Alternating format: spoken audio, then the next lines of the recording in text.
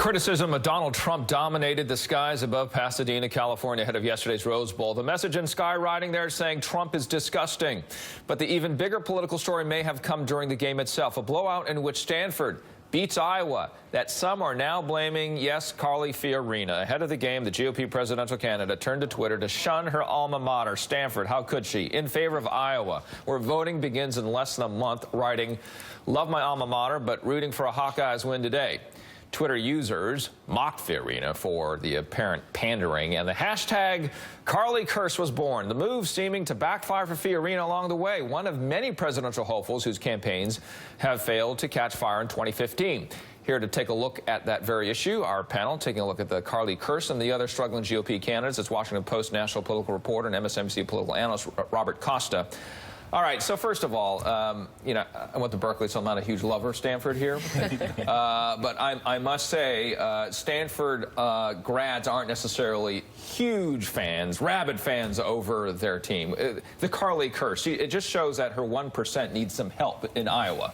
As a reporter, I have to say pandering is unsurprising in presidential politics, but I think the reaction to Ms. Fiorina's tweet is very telling about her state in the race and her campaign, because there's just been so much negative attention on her support for the Iowa Hawkeyes, and you have the sense that Fiorina just hasn't caught on with Iowa voters. She's not really a force in the race, and this is the only way she really gets attention, and it's not in a good way.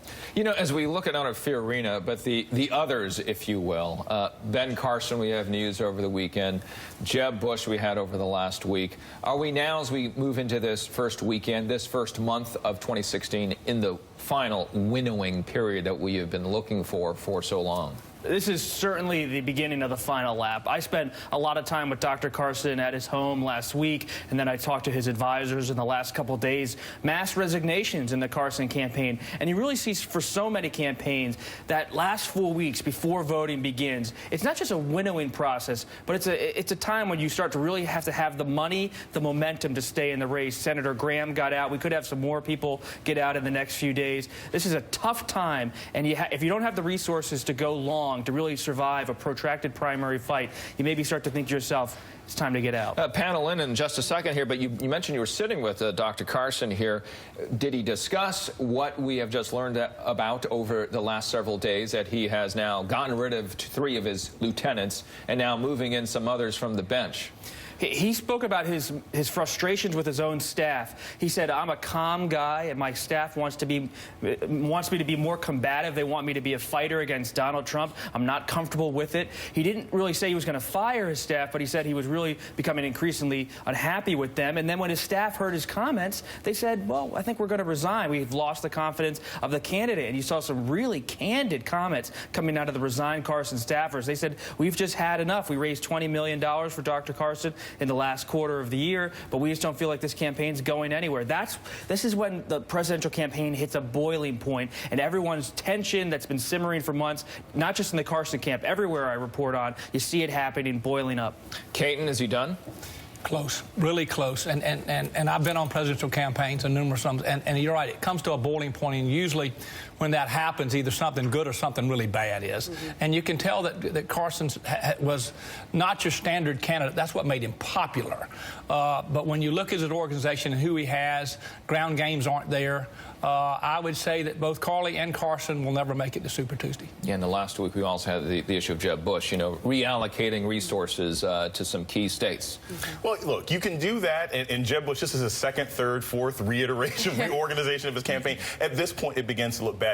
I don't think Ben Carson was ever really running for president. I think he was just raising money to throw it into a super PAC and give speeches later on. But I think somebody like Jeb Bush, this is problematic. He came into this race as a real contender, and the name. Exactly, the name alone. But Donald Trump decided he wanted to kick sand in his face in every single debate, and Jeb has not been able to recover. There are 2 major problems for Jeb Bush. One certainly is he's obviously put a lot of his efforts and time in New Hampshire, and Chris Christie is the one who's seen more signs of life over there. He's the one who's moving up at the right time in the polls. And a strong finish for Chris Christie would leave little room for Jeb Bush to really be able to justify his presence in the race. The other issue with Jeb Bush is that, unlike some of these other candidates, he doesn't have a name ID issue where people were just getting to know him. You are either committed or a supporter of Jeb Bush, or you are not. Jeb Bush is not your second choice. Marco Rubio, for example, has been a lot of people's second choice, has been sitting steady at second or third, so that's good for someone like him to move up at the right time. But Jeb Bush, you either are for him or you're not, and I don't think that he's been able to convince enough people to be in his corner. Well, as you talk about bringing folks into his corner, you know, we got Bill Clinton coming in this week. We have W and HW as well that have not been leveraged by Jeb as of yet. South Carolina, that could be big.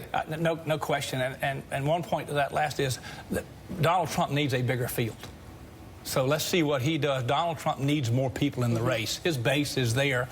If 43 shows up, which I predict he will, 43 is a beloved figure in our party, regardless of what the media says. 87% approval in South Carolina. Might not help Jeb, but it might put some sanity to our race. And it has been insane up till today. And 43 is a different person. Very quickly, Robert, last word.